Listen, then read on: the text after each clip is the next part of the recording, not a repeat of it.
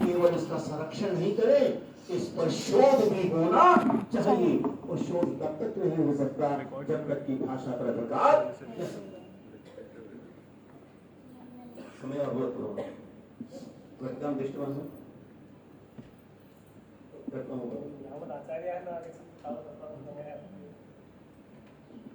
एवं अनेके बिन्दवः सन्ति अनुवादस्य आवश्यकता अस्ति, परन्तु केन रूपेण तत् अस्माभिः चिन्तनीयम्।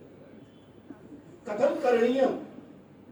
अभी मशीन ट्रांसलेशन की बात चल रही है, मैंने गूगल से अनुवाद करते भी देखा है। अगर मैं वैसे अनुवाद कर देता, कई का परीक्षा की तो शीघ्र कर लेता, गूगल की मशीन का अनुवाद ठीक करते हुए बड़ा कठिन हो गया मेरे लिए। फिर अनुवाद नहीं आई, वो भी उसी की कॉपी के रूप में दी गई है, कहीं कहीं परिवर्तन किया। वो डॉक्यूमेंट नहीं करती, डॉक्यूमेंट कर देती है, और भी कई चीजें उसमें बनी है। लेकिन कहने का क्या कहते हैं, कुछ एडिट करना पड़ेगा। मैंने कहा कुछ नहीं, बहुत एडिट करना है, बहुत अच्छी बात है, पर भाषा पर नियंत्रण होना चाहिए। तब समस्या आ जाती है जब हम हिंदी में करते हैं। देखिए कितनी कहाँ समस्या आएगी। रमा का भाई जाता है, रमा की बहन जाती है, ये और की क्यों आया? रमा के भाई जाते हैं, भाई तो अभी सिंगुलर लिखा हुआ है, लेकिन के बता रहा है ये बहुवचन है।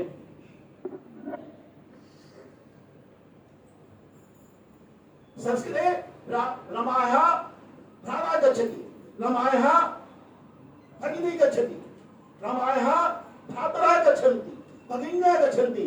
वहां षष्ठी विभक्ति समान हो गई। यही अंग्रेजी की स्थिति है। Brother of Ram, sister of Ram, brothers of Ram, sisters of Ram, etcetera. There is no difference. आज के समय इन गहन बिंदुओं पर भी, सूक्ष्म चीजों पर भी विचार करना पड़ेगा। इसलिए संस्कृत में तो बड़ा अच्छा उपाय बताया गया है, अभ्यासः अभ्यासः अभ्यासः अभ्यासः। सिद्धांत चाहिए, लेकिन सिद्धांतेन सह अभ्यासः भी आवश्यक। एवं अनेके प्रश्नाः सन्ति, संभवतः अत्र समूहे चर्चा भविष्यति, परन्तु अनुवाद करणम् अनिवार्यमस्ति, परन्तु सरलमपि अस्ति, कठिनमपि अस्ति।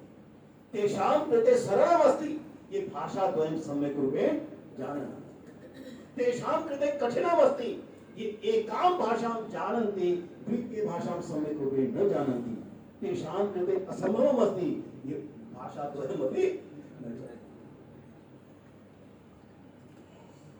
हम केवल कुछ हिंदी जानकर, कुछ अंग्रेजी जानकर, कुछ फ्रेंच जानकर, कुछ किंचित संस्कृत जानकर अनुवाद नहीं करेंगे। सिद्धांतान्वयं ज्ञास्यामः, उन्हें भी याद करना पड़ जाएगा। स्मरणं तत्र भविष्यति, परन्तु हम चिन्तयामि यदि वयम् अनुवादं कर्तुम् इच्छामः, स्वाभाविकमस्ति अस्माकं कृते भाषायाः ज्ञानम् अनिवार्यमस्ति। तो मुझे लगता है इसमें हो सकता है कार्यशाला में अवसर मिलेगा या नहीं मिलेगा, लेकिन जब भी इसे कराया जाए तो अनुवाद करते हुए एक भाषा से दूसरी भाषा में करते हुए पीछे व्याकरण की पुष्टि अनिवार्य रूप से होनी सभी के लिए। प्रारंभ में करेंगे, बाद में आपका तो केवल यह अभ्यास है। इसमें शिक्षा नीति को जो देखता हूँ, हर पृष्ठ पर, हर अनुच्छेद में वो बताकर चलता है अनुवाद की आवश्यकता। एक बात कहकर समाप्त करूंगा, 4.17 अनुच्छेद, चैप्टर 4, पैराग्राफ 70। बाकी स्थानों पर बार बार शिक्षा नीति ने कहा भारतीय ज्ञान परंपरा, लेकिन 4.17 अनुच्छेद में एक और शब्द का प्रयोग किया गया है, संस्कृत ज्ञान परंपरा। इसका अर्थ भी बना भारतीय परंपरा और संस्कृत ज्ञान परंपरा संबद्ध तो है, लेकिन दोनों समान एक गहरा बिंदु है। लेकिन संस्कृत ज्ञान परंपरा कहती है तो स्वाभाविक शिक्षा नीति कहती है, ये महत्वपूर्ण तत्व जो बता रहा हूं। मल्टी डिसिप्लिन विश्वविद्यालय हो, बहु अनुशासनात्मक विश्वविद्यालय हो, इंटीग्रेटेड कोर्सेस, एकीकृत पाठ्यक्रम, वहां भी कहा भारतीय ज्ञान परंपरा हर किसी में जोड़ दी जाए। अगर फिजिक्स है तो उसमें भारतीय ज्ञान परंपरा में क्या था। और मैं ये कही, मैं क्षमा याचना, मैं किसी विषय को दूसरे विषय से अलग नहीं समझता। मैं जब मनुष्य के रूप में श्वास लेता हूं, चलता हूं, हाथ ऊपर करता हूं, नीचे करता हूं, कभी गति तेज करता हूं, गति धीमे करता हूं, तो मैं फिजिक्स का उपयोग कर रहा हूं, काइनेटिक एनर्जी से। जब मैं भोजन करता हूं और भोजन के तत्व मिलकर रक्त बन जाते हैं तो केमिस्ट्री का उपयोग हो जाता है। मेरे भीतर के अंग किस प्रकार से कार्य करते हैं तो कहीं ना कहीं जीव विज्ञान का प्रश्न हो जाता है। जब मैं सोचता हूं कि अपने काम में रहते हुए छोटा रास्ता कैसे बनाऊं, पर डंडी पर चलता हूं तो मैथमेटिक्स हो जाता है। जब मैं राजनीति में भाग लेने की चर्चा करता हूं तो राजनीति की चर्चा कर रहा होता हूं। आय आने पर मुझे खर्च कैसे करना है योजना बनाता हूं तो मैं इकोनॉमिक्स का उपयोग कर रहा होता हूं।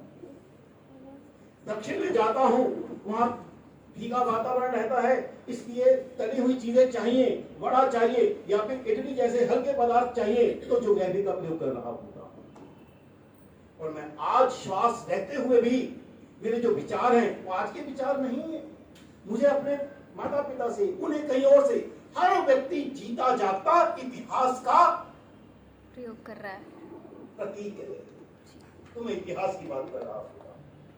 हमारा सारा ज्ञान इन पुस्तकों, ये जो पुस्तकों से हम प्राप्त करके जब रचना करते वह भी तो अनुवाद है। बहुत सुंदर इस बात को कहा गया। तो मुझे लगता है सभी विषयों का मिलान होता है, लेकिन हर शब्द का हर विषय के संदर्भ में अर्थ भिन्न हो जाता है।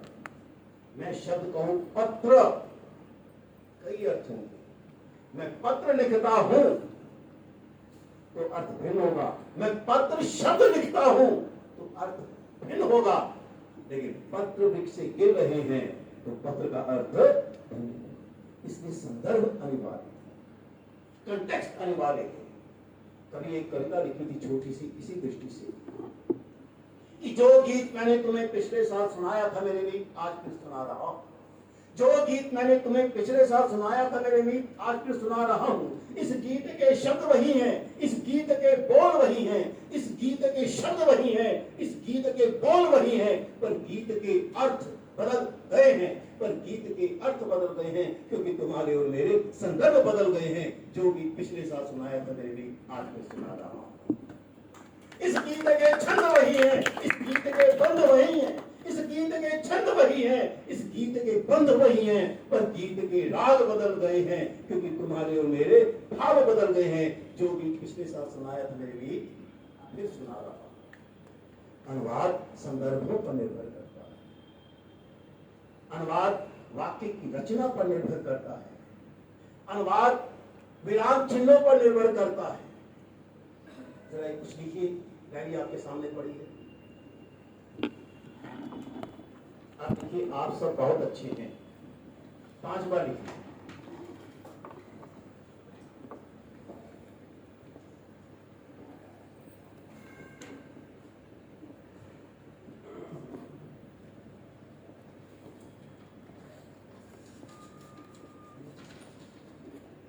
पांच बार आपने लिखा आप सब बहुत अच्छे, लिख लिया।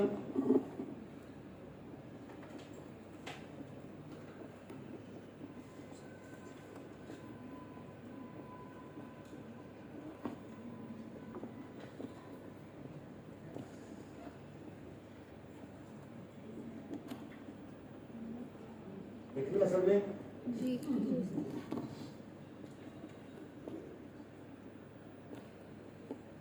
चलिए इतने होगा ना। अब ये 5 बार लिखा, ये समान वाक्य है। अब दोबारा कीजिए। आप पहले वाक्य में आप बहुत अच्छे हैं, पूर्ण विराम का चिन्ह लगाइए। दूसरे वाक्य में आप सब बहुत अच्छे हैं, प्रश्नवाचक चिन्ह लगाइए। तीसरा वाक्य आप सब बहुत अच्छे हैं, आश्चर्यबोधक चिन्ह लगाइए, एक्सक्लेमेटरी साइन। चौथा वाक्य आप सब बहुत अच्छे हैं, उद्धरण चिन्ह लगाइए। और 5वें में अर्धविराम लगा दीजिए। अब क्या ये समान वाक्य है? बोलिए है या नहीं? पहला कैसे पढ़ेंगे? आप सब और दूसरा कैसे पढ़ेंगे? अब देखिए माथा और आंखें की स्थिति क्या है। तो तीसरा कैसे पढ़ेंगे? लगता है मुझे। चतुर्थ कैसे पढ़ेंगे? आगे पीछे कुछ होना चाहिए, किसने कहा होगा इति तो होना चाहिए संस्कृत वाला। चौथे का मतलब है कोई आ गया था इसलिए आधा बाकी छोड़ दिया। अनुवाद में यह भी चाहिए।